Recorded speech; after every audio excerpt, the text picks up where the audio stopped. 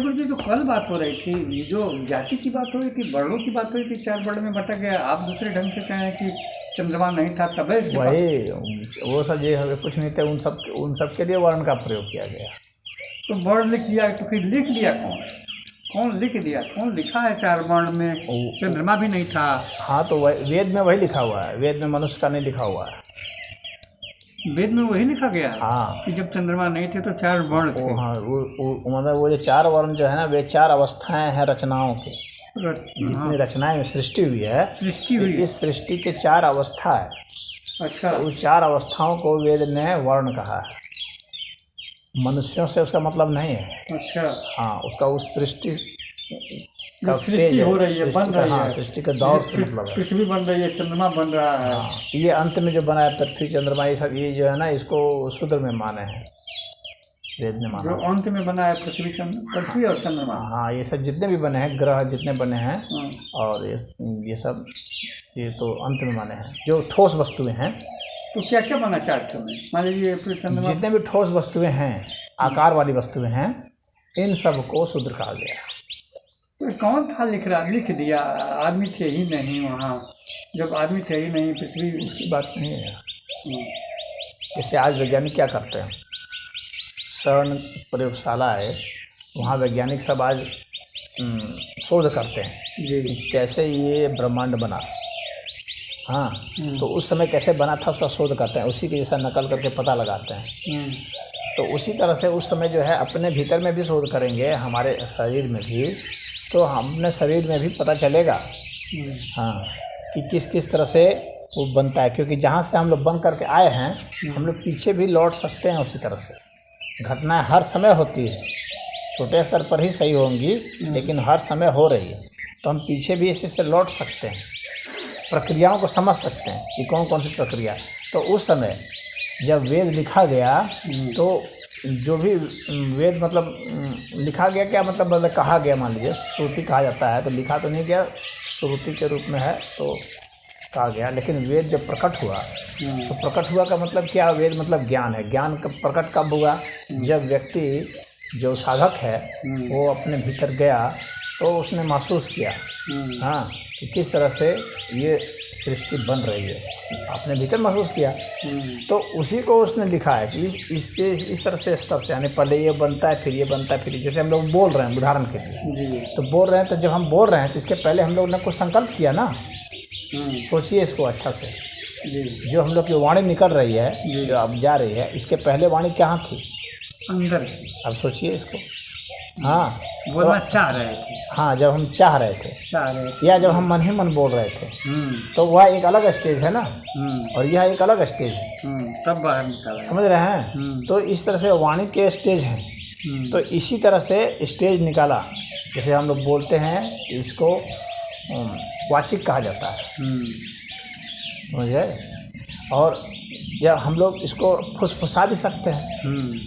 हाँ, तो जब फुसफुसाएंगे तो उसका नाम उपांशु हो जाता है, और जब हम लोग बोल देते हैं तो उसको वैखरी कहा जाता है, वाचिक। जब आवाज़ निकल जाती है, लेकिन आवाज़ निकलने के पहले भी तो था ध्वनि भीतर में, तभी तो निकली। तो वो जो पहले निकली, तो उसका तो ये एक अलग अलग स्टेज पर आया ये। एक जब हम लोग सोच रहे थे, और एक उससे भी हमको और सोचना पड़ेगा कि हम लोग के सोचने के पहले भी तो था। उस वक्त क्या, जब वो अव्यक्त था, क्योंकि हम लोग सोचने की प्रेरणा जो जिसने प्रेरित किया सोचने के लिए, वह भी एक स्टेज था। तो इसी तरह से जब वो सोचता है कि सृष्टि कैसे हुई, जब अपने गहराई में, अब ध्यान की गहराई में जब उतरता है, तो उसको हर स्टेज मालूम पड़ता है।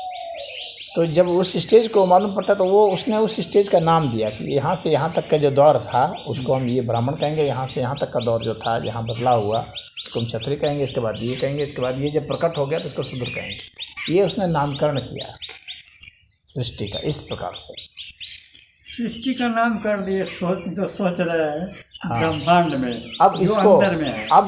अब ये जो बात है ना, अब यह जो ये तो वेद कह दिया। बाद में क्या हुआ, कुछ जो दोयम तृतीय दर्जे के लोग होते हैं ना, जो नहीं समझ पाते किसी भी विषय को उतना अच्छा से, तो उन लोगों ने भी शास्त्र लिखे। भाई लिखने की तो आदत हो जाती है ना, जब कोई भी कुछ भी पढ़ता है और तो सोचता है बैठे बैठे क्या करें, कुछ लिखो, समझे। तो उसने कुछ लिखा, वे सब स्मृति शास्त्र हुए। जो विद्वानों ने लिखा वे स्मृति शास्त्र कहलाए। उन लोगों ने इसको फिर मनुष्यों पर भी अप्लाई करना शुरू किया, समझे कि नहीं। ये वेद नहीं कह रहा है, लेकिन बाद में जो स्मृति शास्त्र थे, वेद तो श्रुति शास्त्र है, तो बाद में जो स्मृति शास्त्र बने तो वे लोग जो है इसको मनुष्यों पर भी अप्लाई करने लगे। कि इस तरह से 4 प्रकार के मनुष्य होते हैं। फिर उसी प्रकार से 4 प्रकार के हर चीज़ में 4 प्रकार निकालना शुरू किया। बंटवारा कर दिया। हाँ, कि एक उत्तम, एक मध्यम, मतलब ऊपर मध्यम, एक निम्न मध्यम और एक निम्न। हाँ, समझ रहे हैं कि नहीं।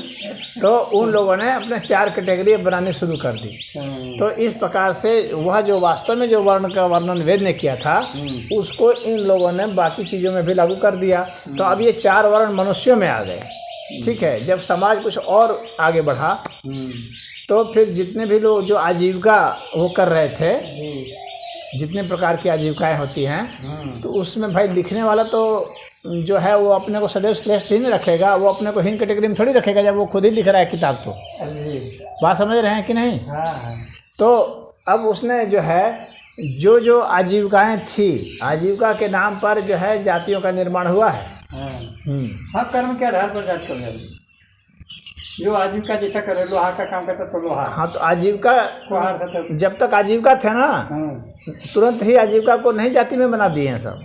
नहीं, आजीविका जब होती गई और वो उसी में शादी करता गया, जब दूसरे के यहाँ शादी नहीं करता गया, उसी में शादी करता गया, बस तब वो जाति बन गई अपने। मतलब आजीविका जब जो है सुरक्षित हो गई कुछ लोगों के बीच में ही, और वे अपने में ही बेटियों का आदान प्रदान शुरू किए, तब वह जाति बन गई।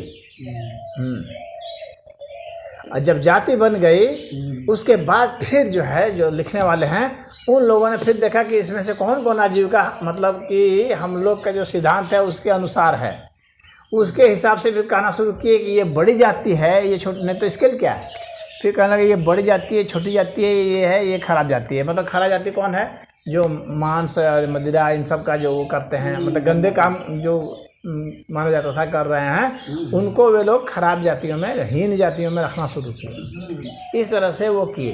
नहीं तो क्या कोई सर्वे होकर के कोई स्केल थोड़ी बनाया गया था। लेकिन ये कितनी बढ़िया गड़बड़ी चली जा रही है, कितनी बड़ी गड़बड़ी घुसी है, चली जा रही है। किसी को राजनीति हो रहा है, इसी को सारा काम चल रहा है।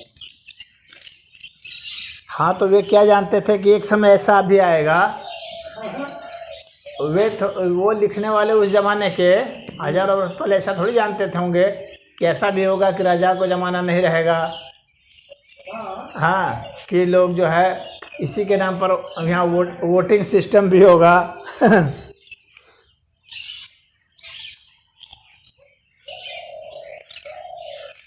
वे तो तत्काल अपने हिसाब से वहाँ बना लिए।